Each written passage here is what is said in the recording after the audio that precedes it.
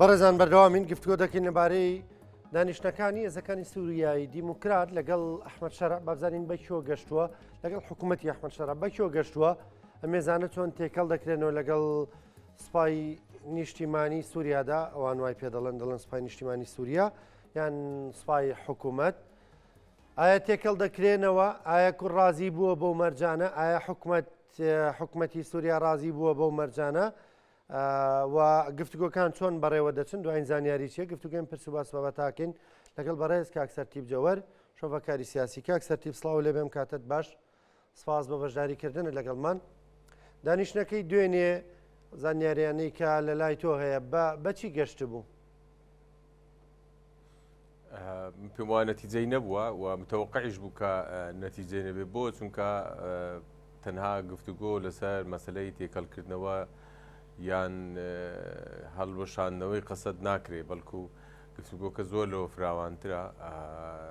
کە لە میدیەکانی سووریا باز دەکرێت یا میدیای تورکیا بەڵکو پەیوەندی بە زنجیرەیەک بابەت هەیە کە پەیوەندی بە خەڵکی سووریا داهاتوی سووریاوە هەیە یەکەمیان ئەو سیستمەی کە لە سووریا یانی سیستەمی حکومڕانی لە سووریا گفتوگۆ لەسەر دەکرێت و شێوەی فیدرالیەت یان شێوەی هەلامەرکەزیەت یان شێوەی خۆ بەڕێوەبەرێتی کە وەک ناوی دەبرێت و مەلەفی دیکەیان لەبەردەما بریتە لە ئیدارەدانی سامانی سروشتی کە نەوت و غاز دەگرێتەوە و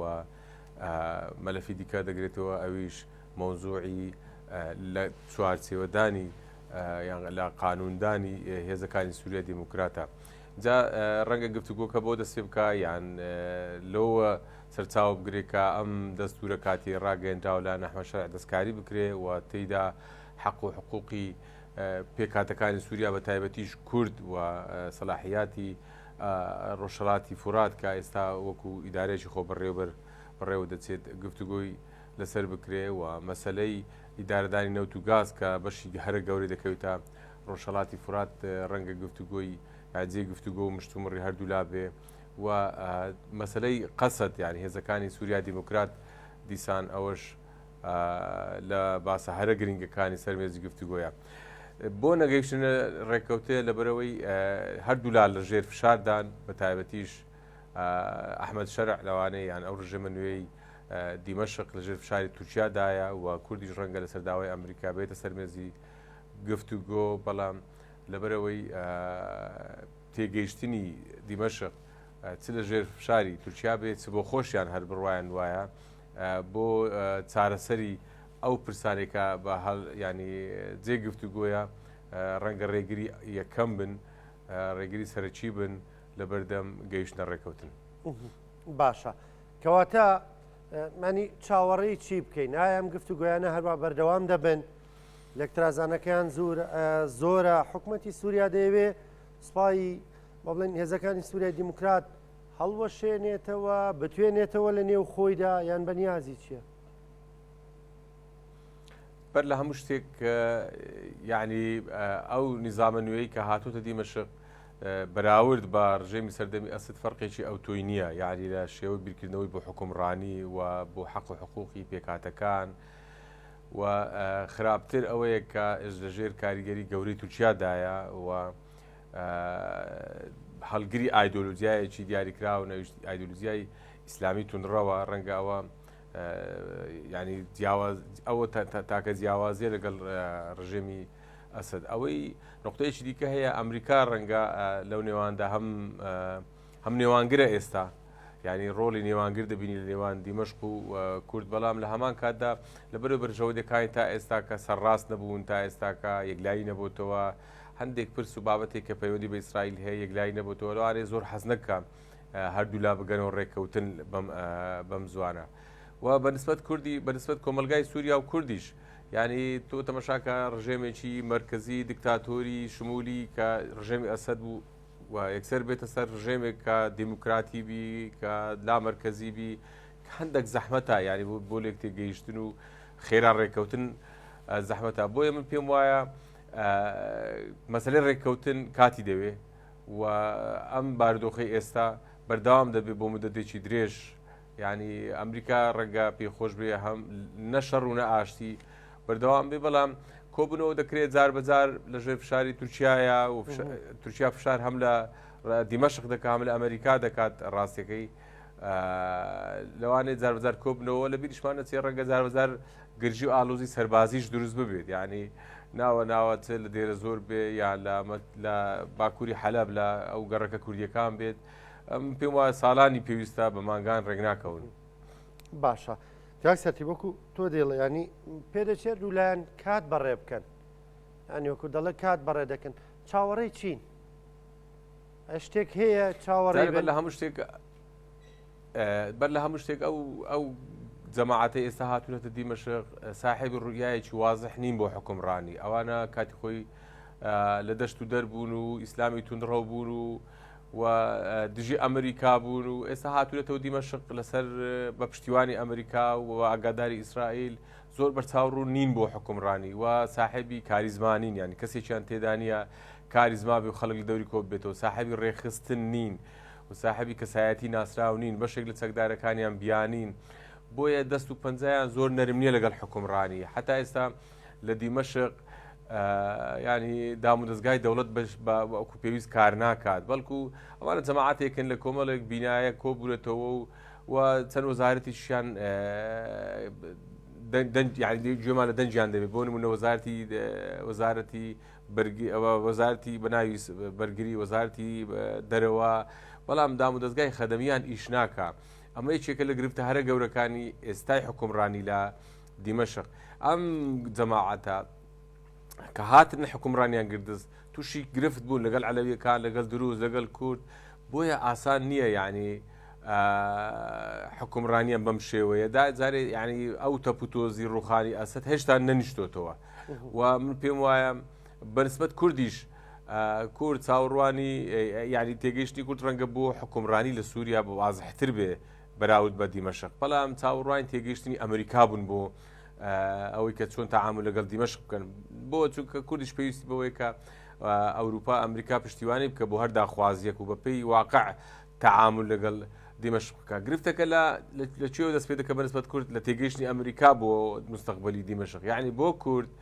ئەمریکا ڕویای وازحیە بۆیە لەوانەیە بۆ هەر کۆبوونەوەیەک مۆزوعێکی نوێ تەرحەکان و بەپێی تەتەورات تەعامل لەگەڵ دیمەشق دەکەن بەنسبەت کورد مەسلەی هەسەدا هێڵی سوورە بۆ چونکە هەم خۆی پێدەپارێزی و یعنی وەکو مکەونی کوردی هەم ناوچەکەی پێدەپارێزی و هەمیش هەندێک جار دەبێتە چێت دەبێتە هۆی ترساندنی دیمەشق بۆ ئەوەی کە معاملەیەکی باشتر لەگەڵ دروزەکان بکە یان لەگەڵ عەلەویەکان بکە بۆیە پێم وانییە هەسەدا تەسلیمی دیمەشق بکرێت و ئەم هێزا لەلایەن ئەمریکاوە تەمویل دەکرێت تەدریب دەکرێت پشتیوانی دەکرێت ینی بە غێر مباشر بە ناڕاستەوخۆ هێزێکی نزیک ئەمریکایە هێزێکە بەشێک لە بڕیارەکانی ڕەنگە لەژێر هەژمونی ئەمریکادا بێ و ئەمریکا لەم کاتەدا ئەم هێزە تەسلیمی دیمەشق ناکە جەماعەتێک لە دیمەشق بە ئارەزوی خۆیان دوای ئەوەی کە ئەم هێزی هەسە دەنەمێنێ پەلاماری کورد بدان و پەلاماری پێکاتەکانی دیکە بدان و مستەقبەلی سووریا بکەوێتە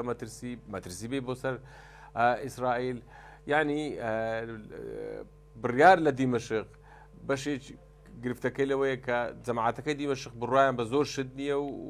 و دەست و پەنجەیان نەرم نییە لەگەڵ حکومڕانی بەڵام بەشەکەی دیکە ئەوەیە کە تورکیا ڕێگرێکی گەورەیە لەوەی کە پرسی چارەسەری لە سووریا بگاتە ئەنجام. باشە ینی کاکسەتی زیاتر شکل و شێوە و جلوبەرگیان گۆڕاوە نەک ئەخڵەتەکەیان هەندێک دیانوت محەممەد جۆلانی ناوەکەی خۆشی کردەوە بە ئەحمەد شەرا ئیتر گۆڕاوە هەنگاو دەنێ بەڵام بۆ ڕوانی نەبێ تەنها شکل و شێوەی گۆڕاوە ئەخڵەتەکارەمان ئەخڵەتە شکر و شێوەشیان نەگۆڕاوە تەماشاکە تۆ لە نووسینەوەی دەستور لە ئەعلانی دەستوری کاتی لە مەسلەی هەڕاگەیاندنی حکوومەت دەبینین ئەوانەی دانیشت بوون هەموو ڕیژدار بوون و یانی سەر و سیمایان دیار بوو کەمانە لە ئیدلبەوە هاتبوون کە ئەمانە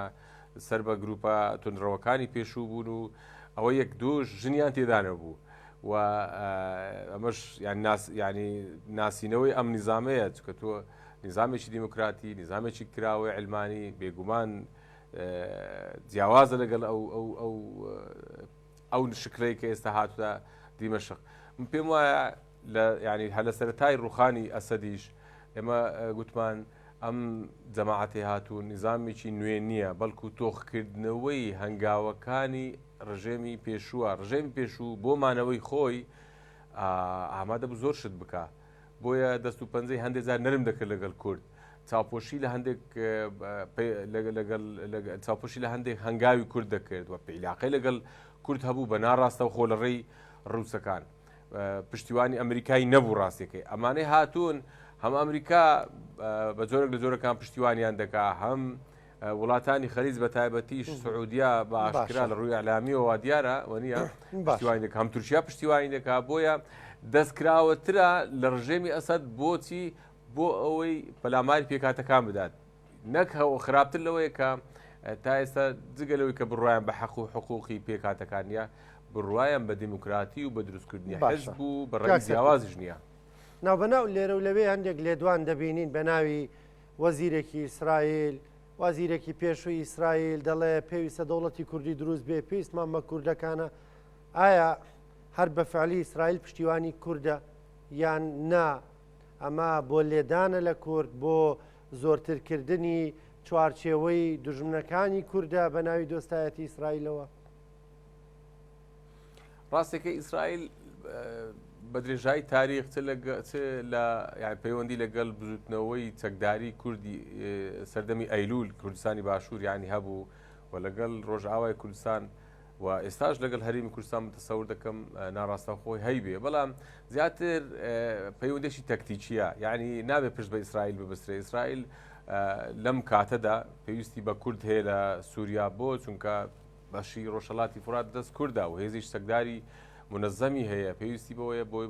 لە ڕووی ئەعلامی و لایەنی کەم بەکاری بێنێ لە دژی دیمەشق و لە هەمان کاتدا ئیسرائیل مشکلەی لەگەڵ تورکیا هەیە و تورکیا ڕاستە خۆ ئێستا